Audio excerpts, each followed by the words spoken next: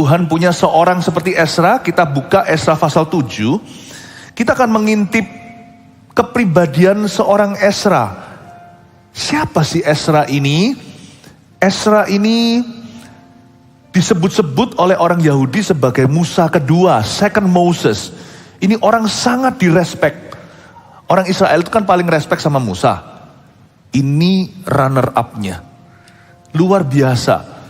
Jikalau 2 minggu yang lalu saya sampaikan nama-nama, di dalam kitab Ezra ada banyak nama-nama seperti buku telepon begitu. We were having fun, kita menikmati, kita membahas satu persatu kalau Anda ingat. Ya, bahkan juga ada yang lucu, ingat bug-bug. Tapi sekarang kita pelajari langsung Ezranya, lakon cerita. Siapa sih orang ini? Dan saya kasih judul, Tuhan punya seorang seperti Ezra. Orang yang luar biasa. Andai kata kita bisa setengahnya dia aja, pasti hidup kita penuh dengan kemuliaan Allah. Tuhan pasti memakai hidup kita secara luar biasa. Ezra adalah seorang yang saleh, seorang yang cinta Tuhan. Sekali lagi saya pernah singgung yang lalu, penggubah Mazmur 119. Banyak orang kira itu Daud, itu Ezra. Kitab Tawarik, seorang historian juga. Ini orang yang sangat pintar. Kebanyakan orang kalau baik gak terlalu pandai. Tapi orang yang pintar biasanya suka merugikan orang lain. Ini orang dua-dua. Orang ini tulus seperti merpati, tapi cerdiknya luar biasa. Mari kita belajar seperti Ezra supaya kita suksesnya itu dari Tuhan. Supaya kita menjadi orang yang berhasil sesuai dengan versi Allah kita. Ezra pasal yang ke-7, Ezra diberi kuasa oleh raja untuk mengatur kebaktian dalam rumah Allah. Saya baca. Kemudian daripada semuanya itu, pada zaman pemerintahan Artasasta, raja negeri Persia, maka berangkatlah Ezra bin Seraya, bin Asaria, bin Hilkia, bin Salum, bin Sadok, bin Ahitub, bin Anmaria, bin Amaria, bin Asaria, bin Merayot, bin Serahya, bin Usi, bin Buki, bin Abisua, bin Pinehas, bin Eleazar, bin Harun, bin mana lagi? Nggak ada sudah. Yaitu Harun imam kepala. Ezra ini berangkat pulang dari Babel. Ia adalah seorang ahli kitab, mahir dalam Taurat Musa yang diberikan Tuhan Allah Israel, dan raja memberi dia segala yang diingininya oleh karena tangan Tuhan Allahnya melindungi dia. Cerita hidup Ezra berpusat pada Allah yang melindungi dia. I covet, saya mengingini hubungannya dengan Kristus di perjanjian lama untuk saya di perjanjian baru. Ezra ini kurang terkenal. Kita lebih tahu Elia. Yesaya itu adalah nabi yang tidak sejago Elia dalam mujizatnya. Tapi kalau Yesaya melakukan mujizat gak tanggung-tanggung, matahari pun bergeser beberapa kaki. Kita gak bisa menilai seseorang dari miracles-nya. Kita harus menilai seseorang dari hubungannya dengan Allahnya. Itu yang saya rindukan pada seorang Ezra. Makanya Tuhan bangga, Tuhan punya seorang seperti Ezra. Saya harap Tuhan punya seseorang seperti itu dalam kehidupan Anda, yaitu Anda sendiri. Ezra ini cerita hidupnya, biografinya berpusar pada tangan Tuhan yang menyertai. Sedikit review supaya Anda tidak lupa. Ezra ini ceritanya garis besarnya gampang. Dia menuntun, dia memimpin segerombolan orang pulang dari Babilonia, dari luar negeri pulang ke kampung halaman. Bangun tanah suci, membangun bait Allah. Ezra ini yang bangun bait Allah. Nehemia membangun temboknya. Makanya ada Ezra, Nehemia, Esther dan sebagainya. Mereka tinggal di zaman negeri Persia. Waktu bangsa Israel diangkut ke Babilonia, mereka ditaklukkan oleh Raja Babel. Lah Raja Babel ditaklukkan sama Persia. Seperti hari inilah, zaman dulu Inggris adikuasa. Lalu setelah World War II, setelah Perang Dunia Kedua, Amerika naik daun. Amerika menjadi primadona. Hari ini, coba lihat siapa yang mulai menyalip USA. China. Silih berganti raja naik turun. Tapi Tuhan merajut rancangan bagi umat kepercayaannya. Ezra adalah lakon cerita. Dia bukan orang yang sekedar teori belaka. Dia pulang dari luar negeri padahal hidup sudah mapan untuk membangun kembali kerajaan Tuhan. Untuk mempersiapkan jalan untuk Yesus berapa ratus tahun kemudian. Bait sucinya yang Ezra bangun itulah nanti. Dan tembok suci yang dibangun di Yerusalem itu oleh Nehemia, disitulah Mesias menjejakkan kakinya. Bapak Ibu Saudara, tahukah hidup kita itu bagian daripada rajutan. Kita itu mata rantai saja. Kalau kita hari ini macet di tengah, orang belakang yang kasihan. Dan kalau kita ugal-ugalan, orang-orang yang telah mendahului kita mempersiapkan jalan, itu juga kasihan. Mereka menabur dengan air mata, kita membuatnya sia-sia. Harusnya gara-gara kita, mereka menuai dan membawa pulang berkas-berkasnya. Jangan hidup sembarangan, pandemik, epidemik, apapun juga, baik tidak baik waktunya, hiduplah di dalam firman. Ezra ini adalah seorang yang sangat-sangat kental dengan firman Allah. Orang ini penuh Roh Kudus di Perjanjian Lama, tapi dia juga punya pengetahuan. Saya bisa bayangkan Ezra itu orang yang excellent. Kalau kita bicara sama Ezra itu kayak bicara sama bangsawan. Orang Kristen itu harus punya wibawa. Anak Tuhan gak boleh murahan. Makanya saya dorong anak-anak Tuhan untuk memakai yang di Indonesia. Pakailah bahasa Indonesia dengan benar. Bolehlah kita kalau di dalam secara informal ngobrolnya itu. Kalau misalnya setiap daerah kan ada ngoko-ngokonya sendiri. Tapi alangkah baiknya kita memilih bahasa yang lebih baik. Dalam memilih bahasa yang baik pun kadang-kadang kita salah pilih kata-kata kok. Seringkali ada yang namanya tersirat keluar. Yang namanya keselip lidah itu bisa terjadi. Padahal kita sudah berusaha. Apalagi orang yang brol-brolan. Janganlah anak-anak Tuhan itu penuh dengan kebun binatang di mulutnya. Bukan berarti kita harus jaim atau jaga image atau pura-pura. Enggak juga. Anak-anak Tuhan harus punya wibawa seperti Ezra. Kita ini bangsawan, kita ini anak raja. Janganlah kita murahan atau kampungan. Janganlah menggosip ria. Fitnah itu sampah. Anak Tuhan itu harus punya integritas yang tinggi. Nah, coba sekarang kita lihat ya, kembali ke ayat pertama. Ezra sekarang sudah ada di Yerusalem, dia membangun bait suci. Kemudian daripada semuanya itu, pada zaman pemerintahan Artasasta, Raja Negeri Persia, maka berangkatlah Ezra. Berhenti. Kemudian daripada semuanya itu, antara pasal 6 dan pasal 7 ada lapse, ada gap. Ada jarak 60 tahun loh, sadar gak Anda? Kayaknya beda satu pasal, tapi sebenarnya ada 60 tahun in between atau diantaranya. Alkitab itu tidak membahas semua setiap detiknya. Tapi semua rangkuman firman itu cukup untuk kehidupan kita. Gak perlu kita dapat pewahyuan yang lebih dari itu. Ini aja PR-nya kita belum selesaikan kok. Tidak segala firman sudah kita lakukan. Tapi puji Tuhan, ya hari ini waktu kita, makanya saya pelajari firman ini supaya Anda lebih mudah mengerti. Kemudian daripada semuanya itu ternyata ada 60 tahun di antara pasal 6 dan pasal 7. Di antaranya itu Esther hidup. Anda ingat Ratu Esther? Yang menikah dengan Raja Persia. Ratu Esther ini hidup di antara pasal 6, pasal 7 tersebut. Jadi dari sini kita mengerti bahwa Tuhan itu punya many fronts. Ada banyak medan kerajaan sorga. Jangan pernah ada di antara kita yang merasa bahwa kitalah the center of the universe. Atau kitalah pusat universal. Tahukah bumi tidak berporos pada kita? Dunia tidak berpusat pada masalahmu dan masalahku. Atau berkatmu dan berkatku. Mujizatmu dan mujizatku. Kita bukanlah yang paling besar. Kita bukan yang pertama. Kita juga bukan yang terakhir nantinya. Makanya itu, kalau kita dalam masalah, jangan merasa masalah kita yang paling gede. We are not the center of the universe. Sementara Ezra menghadapi musuh-musuh Tuhan di tanah suci, Esther menghadapinya di Puri Susah. There are many fronts. Peperangan rohani yang terjadi di seluruh dunia ini, misi itu bukan hanya ada di satu gereja. Bahkan gereja terbesar pun yang paling berdampak adalah salah satu bagian tubuh Kristus di seluruh dunia. We're not the only one. Makanya itu kalau kita bertemu sama seorang saudara seiman, kalau kita tanya how are you, apa kabarmu, mari kita bermaksud, mari kita sungguh-sungguh serius kalau bertanya sama orang lain, apa kabar dirimu. Dengarkan apa yang mereka alami.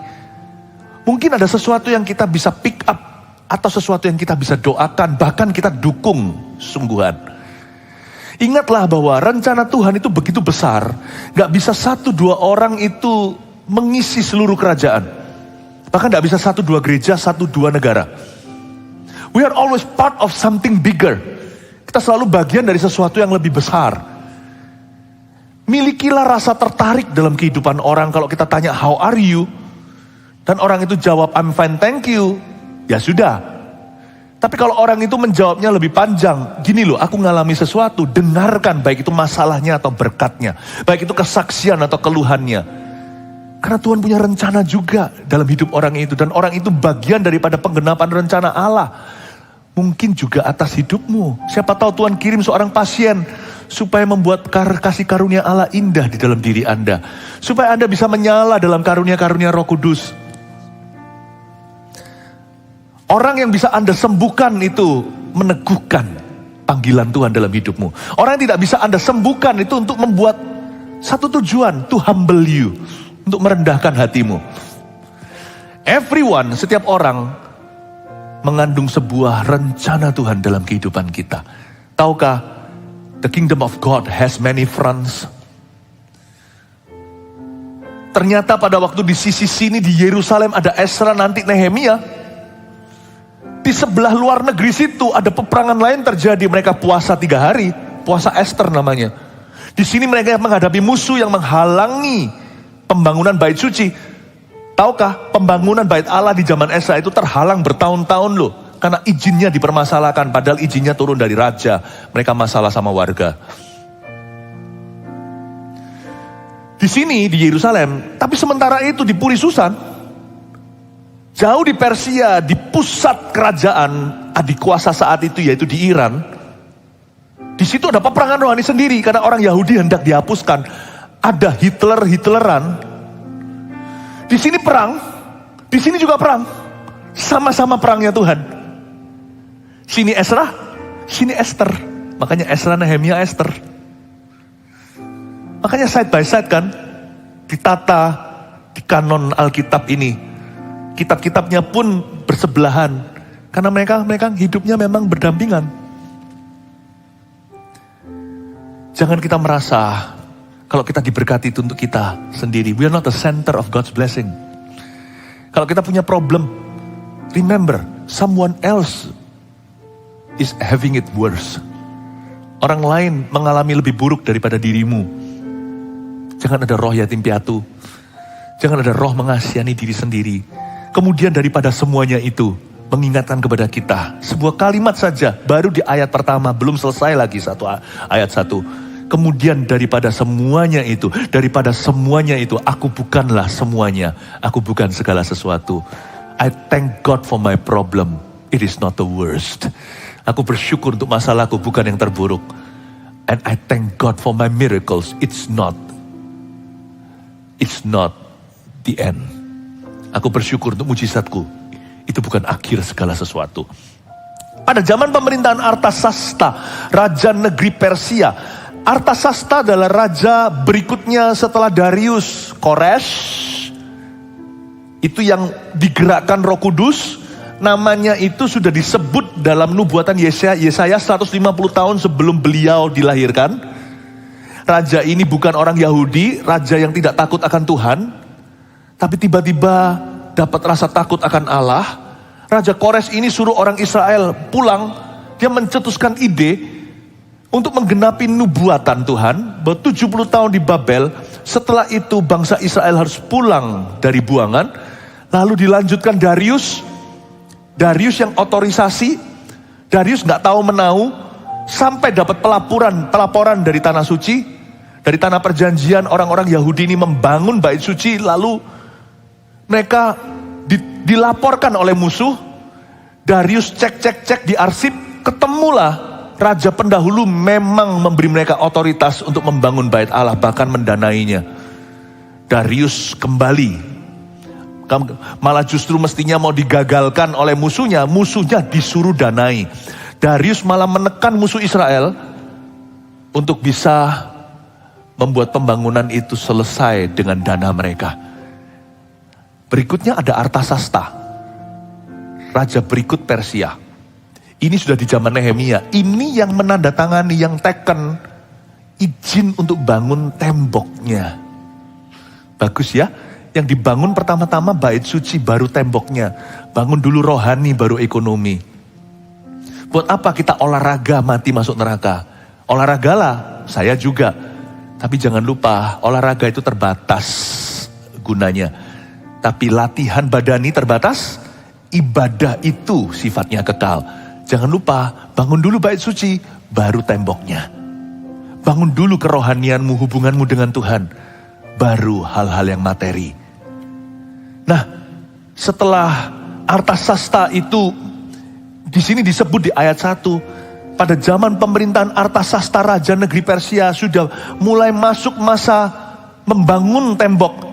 Di sini di pasal 7 ini Nehemia sebenarnya sudah muncul. Kita sekarang melihat ya, Raja Negeri Persia, maka berangkatlah Esra. Nah sekarang kita masuk ke silsilah Esra. Esra itu bin Seraya.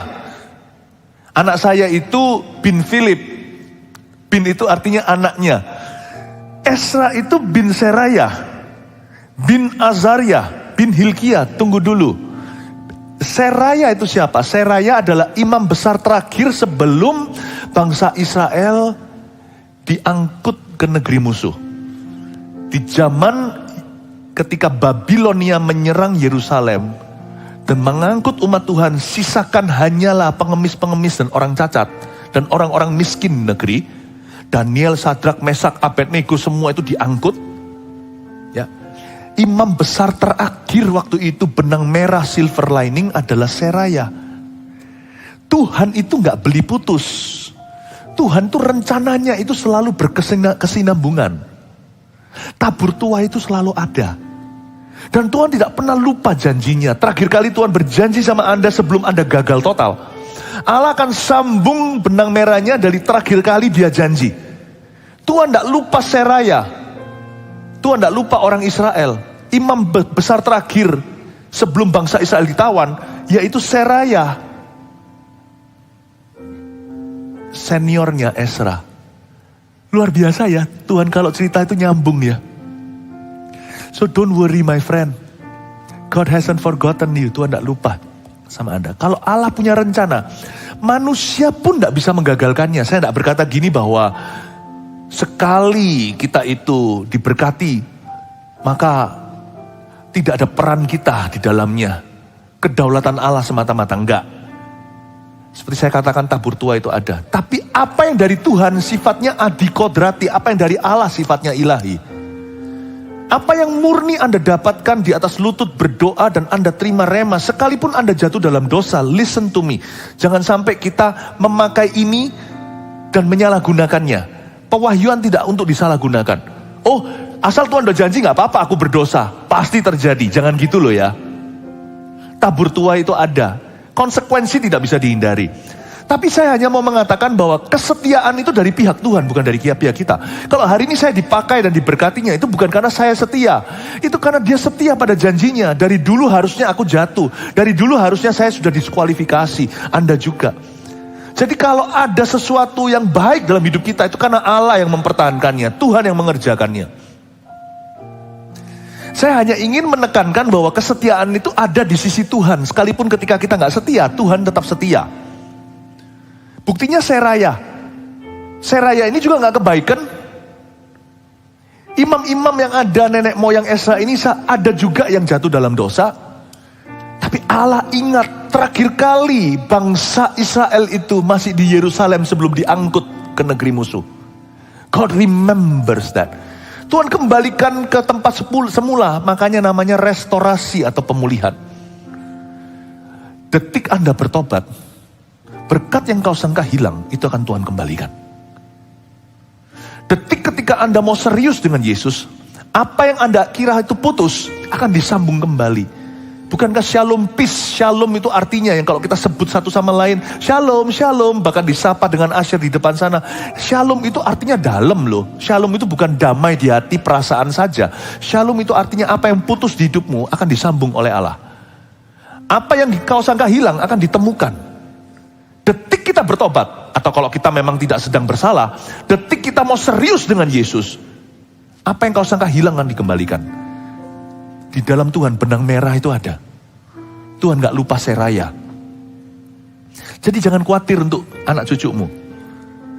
Esra bin Seraya, bin Azaria, bin Hilkiah. Baca nama-nama gini ini jangan dilompati. Kalau kita baca Alkitab biasanya seringkali kita lompat saja. Jangan. Kalau Anda bisa baca nama-nama seperti ini pun gak satu pasal loh ya.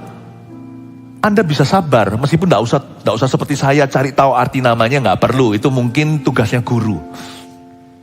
Tapi kalau Anda baca begini dengan baik dan teratur, tanpa cari hidden meaning atau tanpa mencari makna tersembunyi, nanti jadi aneh-aneh lagi. Kalau Anda membacanya dengan baik, Alkitab itu nggak semuanya membangun kognitif atau otak kita. Mungkin kita nggak ngerti apa-apa waktu kita membacanya, kecuali kalau saya menjelaskannya. Tapi kalau Anda membaca dengan teratur seperti ini, Alkitab itu menyerang karaktermu. Orang yang bisa selesaikan nama-nama seperti ini tanpa harus melompati, apalagi malas baca Alkitab, orang gitu nanti lebih sabar sama istri atau sama suaminya. Ketika dapat tekanan hidup gak mengerti apa yang terjadi, dia lebih sabar. Karena dia gak harus paham untuk membaca Alkitab, dia gak harus mengerti untuk bersyukur dulu.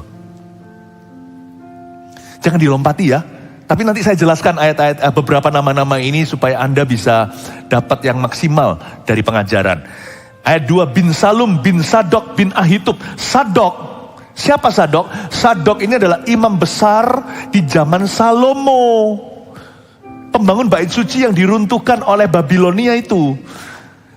Sadok adalah imam besar yang menggantikan Abiatar di zamannya Daud. Abiatar ini ikut pemberontakan soalnya. Waktu Salomo jadi pilihan Tuhan, dia gak ikut Salomo, malah dia di sisi yang salah. Ya kasihan sih, tapi itulah kekilafan yang tidak bisa dimaafkan di zaman perjanjian lama. Bin Salum bin Sadok. Bayangkan, Sadok ini seorang pendeta zaman perjanjian lama. Orang yang melayani Salomo. Tuhan gak lupa loh, keturunannya keluar Esra loh. Anda melayani Tuhan hari ini, Tuhan akan lupa nanti 1000 keturunanmu. Tuhan akan melupakannya. Coba Anda lihat ya, orang yang pernah melayani Tuhan aja. Turun-temurun itu diberkati. Saya tunjukkan ya, yang pikul salib secara terpaksa seperti Simon dari Kirene. Tahu ya Simon dari Kirene itu dari Afrika. Ini orang Yahudi yang hitam kulitnya. Simon Kirene itu kan apes-apesan jalan di situ, mungkin ada perayaan Yahudi, perayaan Pondok Daun lah, apalah perayaan Passover-nya, merayakan bangsa Yahudi keluar dari Israel keluar dari Mesir maksud saya. Ditangkap basah-basah sama tentara Romawi orang Itali. Disuruh pikul salib seorang kriminal kelihatannya, padahal dia adalah Mesias atau juru selamat. Maka dikatakan di Alkitab dengan jelas di Perjanjian Baru, di kitab Injil. Maka mereka tentara-tentara ini memaksa Simon memikul salibnya. Berarti Simon juga terpaksa dong. Kalau enggak kan Simon pasti menawarkan diri. Lihat ya, keturunannya diberkati. Istrinya Simon Kirene adalah ibu rohaninya Paulus. Baca Roma 16. Dia menyebut Alexander. Rufus. Itu adalah anak keturunan anaknya, putranya. Simon Kirene yang pikul salib Yesus. Rufus itu bapak gereja dalam sejarah. Istrinya mamanya Rufus. Mungkin Simon udah mati waktu itu. Mamanya itu disebut-sebut Paulus di Roma 16 dalam silsilah nama. Dalam dream team atau tim impiannya. Bukankah ibumu itu adalah mama bagi aku? Luar biasa enggak? Terpaksa pikul salib, Tuhan enggak mau hutang. Apalagi orang yang pikul salib secara sengaja. Apalagi orang yang mau mendapat celah gara-gara Kristus. Apalagi mereka yang mau bayar harga, masa keturunannya akan dilupakan. Anak cucumu tidak akan ditolak Tuhan. You will never have rejected offspring. Orang-orang yang sungguh-sungguh melayani, itu memiutangi Allah seolah-olah. Padahal Tuhan tidak hutang sama siapa-siapa. Saya tunjukkan, Sadok itu adalah imam yang setia. Pada saat semua orang waktu itu cari yang populer, dia pilih yang menjadi pilihan hati Allah. Apa yang terjadi? Allah memilih keturunannya untuk membangun bait suci yang sama. Bosnya dulu membangun bait Allah yang diruntuhkan oleh musuh. Keturunannya nanti akan bangun ulang bait suci yang dulu pernah dibangun oleh bosnya sendiri. Bahkan Sadok dulu melayani di bait Allah yang runtuh di tangan Babilonia. Tuhan pakai keturunannya untuk memulihkan bait yang sama di mana nenek moyangnya dulu pernah melayani. Gereja itu tidak bisa runtuh karena fondasinya tidak bisa dicabut. Fondasi yang tidak bisa tercabut dalam hidup kita, catat ini, pikul salib dan taat. Once you do that, sekali Anda lakukan itu, Anda dengan Tuhan seperti ini. Covenant namanya, perjanjian. Jangan pernah nilai berkatmu di masa kini. Berkatnya apa? Untungnya apa aku layani Tuhan? Sadok udah mati waktu Esra dipakai Tuhan secara luar biasa. Tapi kalau nggak ada Sadok, tidak ada Esra. Karena Esra itu bin Sadok, bin Ahitub, bin Amaria, bin Azaria, bin Merayot, bin Serahya, bin Uzi, bin Buki, bin Abiswa, bin Pinehas, bin Eliasar. Nah yang berikutnya ini melegakan karena kita kenal. Bin Harun. Harun ya. Harun melayani Musa. Ini keturunan Harun si Esra. Saya cuma bayangkan aja ya kalau Tuhan belum datang. Keturunanku nanti jadi apa aja ya. Ayo dong, kita harus bergairah. Imajinasi bahkan. Berani bayangkan, silahkan. Bayangkan sebab Tuhan nanti akan menyediakan yang tidak kau bayangkan. Melebihinya maksudnya. Kira-kira nanti kalau Tuhan belum datang, cucu saya jadi apa ya? Cicit saya jadi apa ya? Saya masih muda sih. Tapi kalau anak saya sekarang sudah lulus, hampir-hampir lulus gitu, antara sekarang ke cucu juga bukan lagi terlalu jauh loh. Saya sudah mulai mikirkan, bisa jadi belum 10 tahun, akan ada bayi-bayi kecil dengan dibubui mantova di belakangnya. Dari keturunan kami, silsilah saya. Saya pikirkan, jadi apa ya nanti ya? Boleh nggak kita GR? Boleh nggak kita gede rasa kalau kita melayani Tuhan? Silahkan. Asal jangan punya roh yang menuntut Allah. Karena kita yang menuntut itu, kita ini seringkali juling waktu. Paham maksud saya? Kita seringkali itu salah timing. Makanya banyak orang Kristen kecewa itu sebenarnya seharusnya mereka nggak kecewa. Karena mereka berhak untuk berharap sama Tuhan. Hanya timingnya salah. Mereka terburu-buru maunya sekarang. Tuhan maunya nanti. Atau ada orang-orang Kristen yang lemah iman. Tuhan maunya sekarang kasih lihat mujizat. Meskipun nanti suatu hari dia masuk sorga. Tuhan mau sorga didemonstrasikan. Kerajaan Allah memang belum penuh diwahyukan. Tetapi kadang-kadang cuilan-cuilan kerajaan sorga itu didemonstrasikan di hidup kita. Ada orang yang berkata, gak apa-apa wis, aku mau menderita sampai aku mati. Nanti masuk sorga. Kadang-kadang Tuhan menunjukkan glory. Tapi juga kebalik, ada orang Kristen yang cepat putus asa dan kecewa. Mau tahu mengapa? Karena mereka tergesa-gesa. Aku mau cashkan giro Tuhan sekarang. Rugi kalau deposito itu diambil sebelum waktunya. Anda kena denda, batal bunganya. Tuhan itu seringkali berkat itu juga dalam deposito atau dalam kirbat Allah. Jangan klaim sekarang. Orang kecewa itu adalah orang yang dalam bahasa Surabayanya kesusu atau terburu-buru. Don't claim it now. Some blessings are for later. Berapa berkat itu untuk nanti suatu hari. Puji Tuhan, saya percaya Harun waktu mati diambilkan pakaian imamnya sama Musa. Musa yang mengubur Harun loh. Saya yakin Harun melihat jauh. Karena dia tidak masuk tanah perjanjian. Tapi mungkinkah sebelum dia meninggal, dia membayangkan suatu hari mungkin akan ada imam besar yang dipakai Tuhan sebagai juru selamat dengan J huruf kecil bagi umat pilihan yang sekarang masih putar-putar di padang gurun sama aku, bahkan belum masuk tanah Kanaan. Tuhan sudah rancangkan nanti keturunannya bukan hanya masuk ke Kanaan, tapi akan kembali ke Kanaan setelah pembuangan. You know, God thinks afar. Allah itu berpikir jauh. Iman itu gak hanya instan. Iman itu harus tekun. Iman itu harus melihat jauh sampai mimpi penglihatan. Dream, my friend. Dream, bermimpilah. Melihatlah jauh seperti Harun sebelum meninggal dunia. Di atas gunung itu dia melihat tanah perjanjian. Mungkinkah suatu hari keturunanku akan dipakainya? Hai Harun, andai kata engkau menoleh dari sorga, harusnya bangga melihat Ezra. Wow, keturunanku bin Sadok bin Harun. Bapak Ibu Saudara, khotbah saya ini direkam. Kalau Tuhan belum datang kita semua mati, semoga nanti keturunan kita mendengar ini dan berkata, kenapa aku dipakai Tuhan? Karena engkongku, emakku, papa, mamaku sudah memimpikannya. Think afar. Berpikirlah jauh. Dengan pikiran seperti ini, tolong proyeksikan anak-anakmu. Jangan kayak sera-sera whatever will be. Anugerah Tuhan itu membuat kita pintar.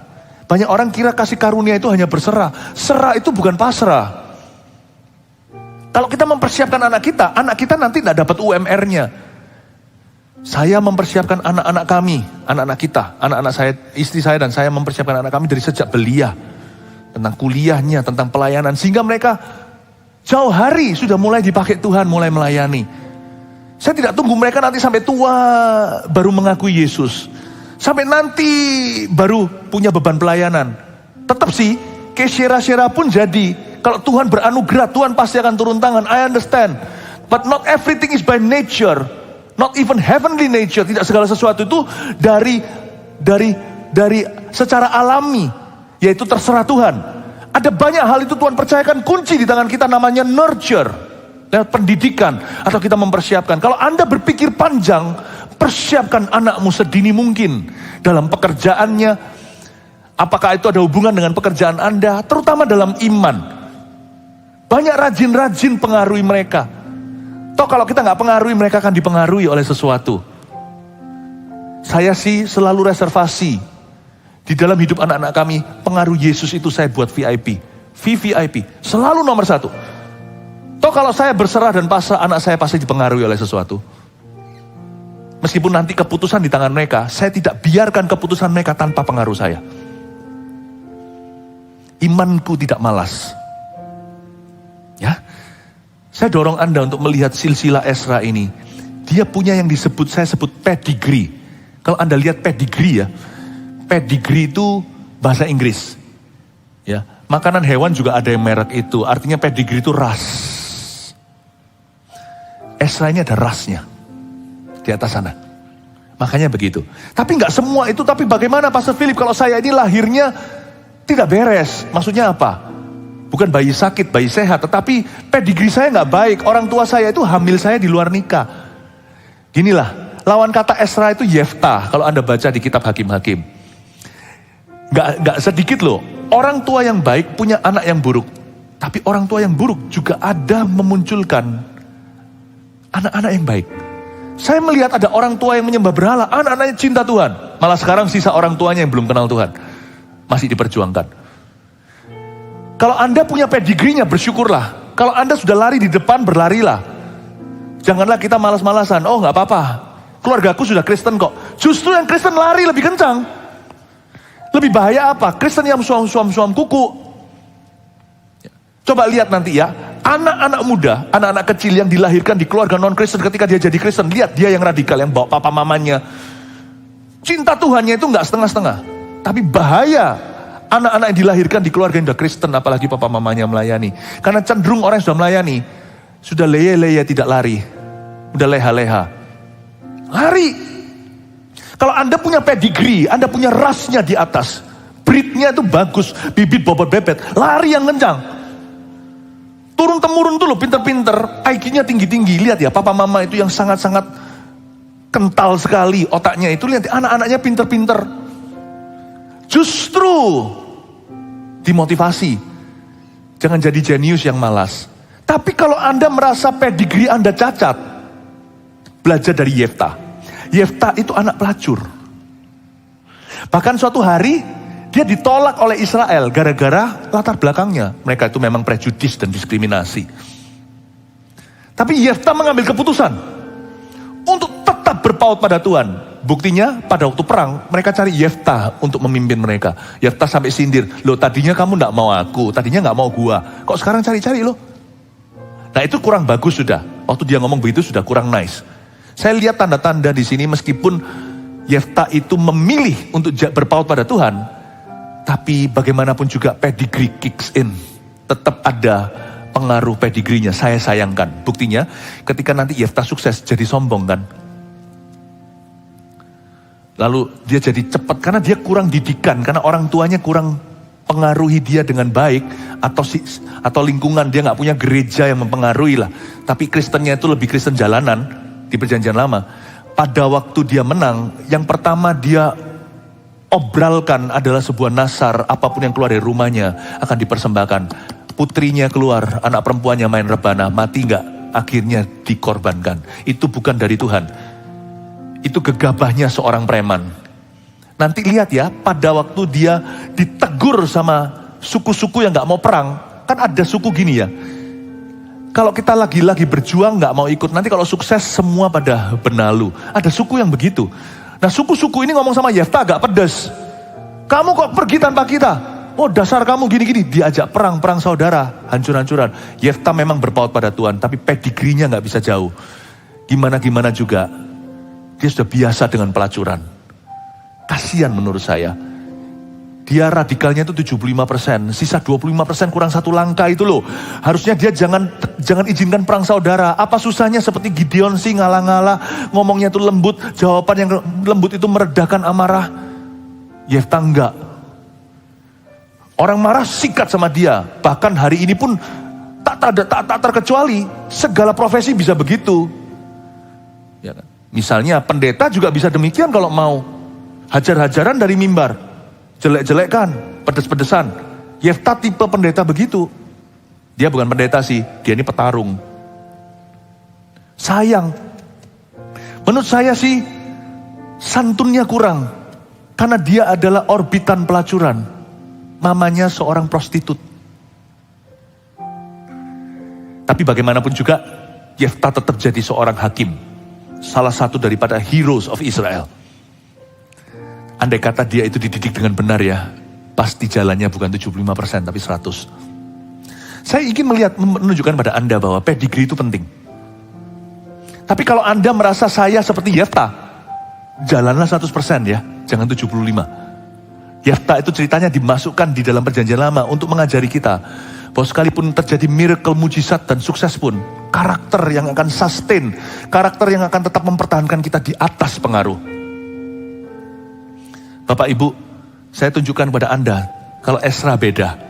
Ezra ini dari keluarga hamba-hamba Tuhan. Bagus sekali. Kalau Anda sudah menjadi seorang hamba Tuhan, tidak harus pendeta, tapi jadi pelayan di rumah Tuhan. Pertahankan please. Itu nanti yang nuai ya, turun-temurun loh. Jangan kecewa. Ketika Anda kecewa, Anda korbankan anak cucu Anda di atas mezbah kekecewaan Anda. Ketika Anda putus asa, ketika Anda semundur. Ingat ya, itu turun-temurun loh. Lanjutkan ayat 7. Juga berangkat pulang ke Yerusalem beberapa rombongan orang Israel dan imam. Orang Lewi, penyanyi, penunggu pintu gerbang, dan budak di bait Allah pada tahun ke-7 zaman Raja Artasasta. Ini golongan orang-orang yang pulang ya.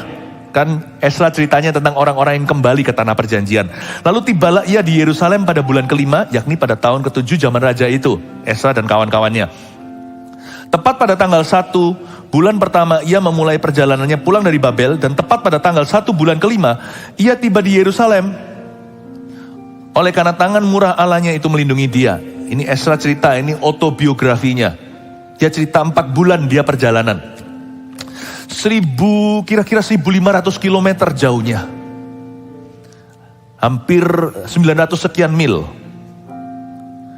Ia tiba di Yerusalem karena tangan murah Allahnya melindungi dia. Sebab Ezra, ayat 10, sebab Ezra telah bertekad untuk meneliti Taurat Tuhan dan melakukannya, serta mengajar ketetapan dan peraturan di antara orang Israel. Ezra ini bertekad untuk meneliti Taurat Tuhan. Mari kita pelajari dari hidup Ezra, kita bisa tiru bukan karena dia pendeta. Tapi karena dia adalah seorang yang hidupnya berkenan kepada Allah. Sebab Ezra telah bertekad untuk meneliti, garis bawahi kata meneliti. Dia meneliti Taurat Tuhan. Dan melakukannya, garis bawahi kata kedua, melakukannya. Serta mengajar ketetapan dan peraturan di antara orang Israel. Garis bawahi mengajar di situ. Dia mengajar ketetapan dan peraturan di antara orang Israel. Ada 3 goal kita sebagai orang Kristen hari-hari ini. Ya, yaitu tentang firman Tuhan. 1 adalah untuk menelitinya. 1 meneliti, tulis. 2 melakukan, 3 mengajarkan.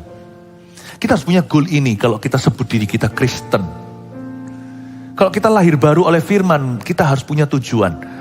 Tujuan kita ini 3 kisi. 1, meneliti. Mari kita belajar firman lebih serius lagi, jangan asal-asalan. Saya nggak minta kita belajar firman seperti orang Farisi, seperti siswa teologi, nggak perlu. Nggak tentu gitu. Tapi kalau kita baca Alkitab itu yang serius, nggak harus kita mengerti semua. Saya bisa mengerti seperti ini karena saya baca bolak-balik berkali-kali dan karena memang saya punya urapan untuk mengajarkan. Makanya kita saling membutuhkan.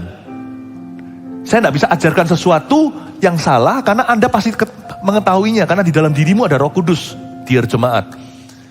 Tapi ada hal-hal tertentu karena urapan yang saya emban, saya bisa menemukan sesuatu yang akan mengakselerasi imanmu. Ketika saya ajarkan, itu menjadi pewahyuan buat Anda.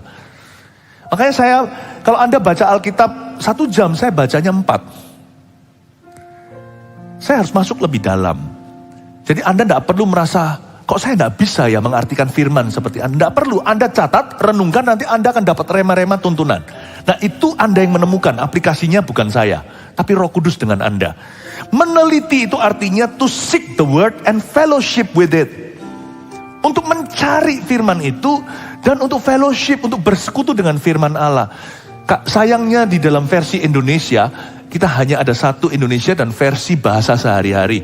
Kalau bahasa Inggris itu makanya anak-anak muda lebih beruntung. Ada versi-versi studi-studinya yang bagus. Ya, tapi nggak apa-apa sih, Alkitab cukup sederhana kalau. Waktu saya baca sekali belum mengerti, baca berikutnya itu lebih dalam lagi. Pokoknya kalau kita fellowship with Jesus, kalau kita bersekutu dengan Yesus dengan hati yang rindu dengar-dengaran dengan suara Tuhan, kita pasti dapat sesuatu dari setiap ayat yang kita baca. Kadang-kadang kita nggak dapat apa-apa seperti nama-nama.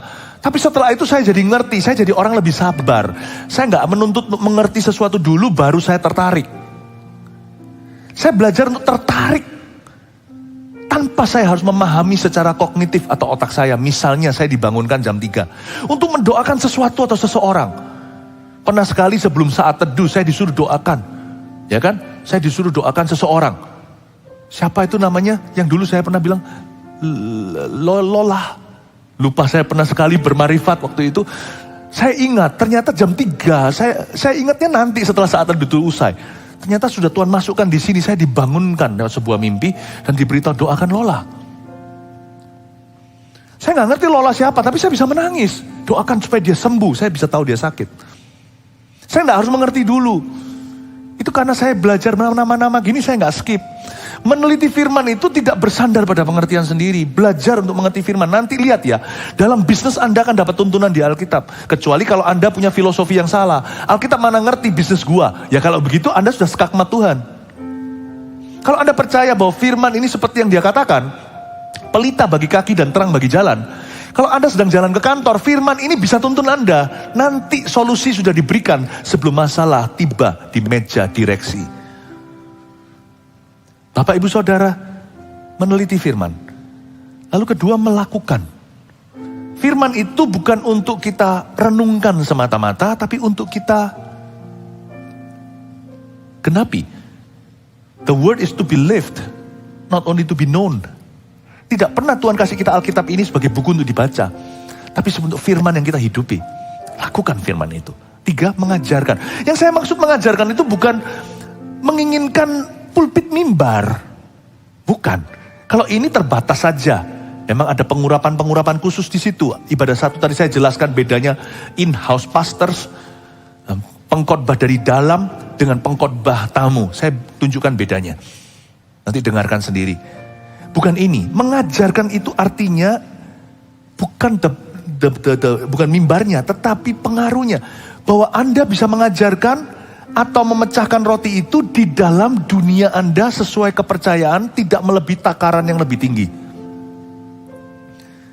Jikalau Anda adalah seorang ayah, jadilah seorang papa yang penuh dengan firman, yang bisa membedakan, bukan hanya berkhotbah, nggak tentu harus bisa berkhotbah, tapi Anda bisa ajarkan.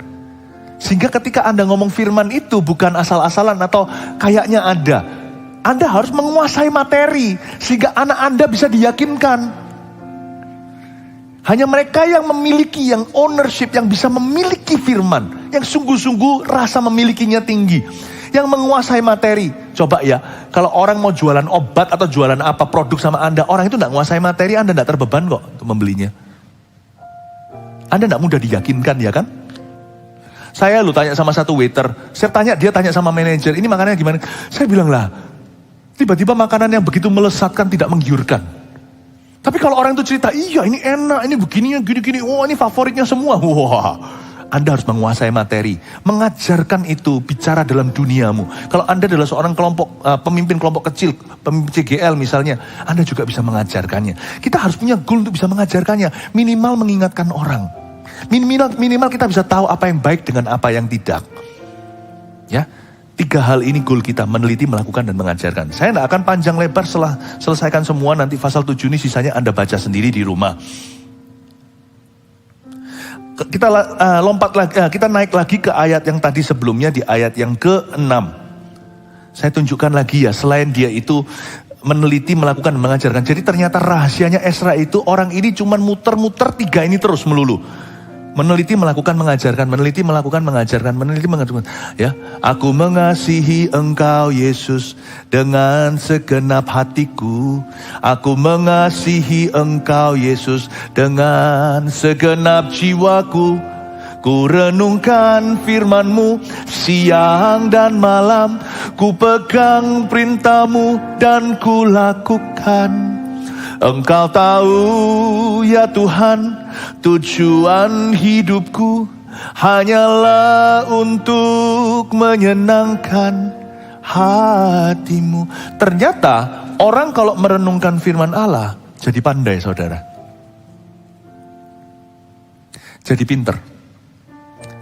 IQ itu ketarik gara-gara firman Tuhan. Makanya Alkitab mengatakan di Amsal, aku menjadi lebih pandai, lebih mahir. Kata pandai di situ bukan hanya lebih excellent, tapi lebih deep, lebih smart. Lebih berwawasan daripada profesorku, daripada guru-guru dan pengajarku. Saya sarankan kalau anak Anda kurang pinter, suruh baca firman. Mungkin tidak langsung pinter hitung-hitungan matematika, tapi akan korsleting di sini. Bukan berarti ini mantra ya, dibaca gitu aja. Enggak, pemahamannya. Kalau mantra kan cuma baca doang. Tapi ini kan dilakukan, direnungkan. Itu yang mengubah seseorang dari dalam. Saya tunjukkan kepandaian Ezra. Ezra ini begitu pintar. Ya, ayat 6. Ezra ini berangkat pulang dari Babel. Ia adalah seorang ahli kitab. Ahli kitab di sini ini bukan kitab Taurat saja. Kalau Anda baca, Ezra itu pintar surat menyurat. Anda lihat bahwa dia datang dari dari Persia, pergi ke situ itu. Dia itu membawa otorisasi raja. Dan dia bisa surat menyurat dan sebagainya, dia bisa menjawab orang. Ezra ini seorang ahli kitab. Kata ahli kitab di sana itu lawyer, pengacara. Hebat ya. Ini orang pandai sekali. Ini jedok. Saya bayangkan kalau Ezra tidak menjadi seorang pendeta, dia jadi CEO. Siap-siap bisnis rivalnya. Siap-siap satu-satu akan kalah. Ini orang sininya encer luar biasa. Dia disebut seorang ahli kitab. Kata ahli kitab itu the best lawyer. Bapak, Ibu, Saudara, izinkan saya memberi Anda pewahyuan sederhana. The word of God, firman Tuhan tidak membodohkan atau membodohi siapa-siapa. Firman Tuhan ini membuat cerah, terang mata hati kita. Mahir dalam Taurat Musa, seperti saya ulangi tadi, sampai-sampai dia mendapat julukan the second Moses. Coba bayangkan toh, Nehemia itu F&B, food and beverages. Dia itu belajarnya hospitality. Kalau hari ini sekolah itu sekolah perhotelan. Tapi dia bangun tembok seperti tembok China. Bayangkan, saya nggak bisa bayangkan. Ini orang jeniusnya. Hanya karena dia duduk diam dan dia pegang firman Allah. Dia duduk diam menangis berapa hari. Karena bangsanya yang reruntuhan. Dan dia pegang firman Allah. Khususnya kitab Yeremia dia baca. Ini orang pulang membawa ilmu insinyur. Bangun tol aja bisa geronjalan. Bukan dikorupsi, kadang-kadang miskalkulasi. Ini orang bangun tembok, padahal dia taunya campuran minuman. Dia ngerti bagaimana bisa bikin Singapore Sling. Dia bisa bikin Bloody Mary. Dia bisa bikin koktail, mojitos. Tapi dia bisa tahu apa soal tembok. Gak hanya tembok, yang diajak bangun itu semuanya adalah orang-orang yang nul putul, gak tahu menahu soal konstruksi. Dia bisa menjadi seorang kontraktor. Dari mana korsleting itu? Ezra ini seorang pendeta, ahli Taurat, tapi disebut dia ahli kitab di sini. Bukan Taurat saja. Dia ahli hukum, tiba-tiba dia dari SH, sarjana hukum.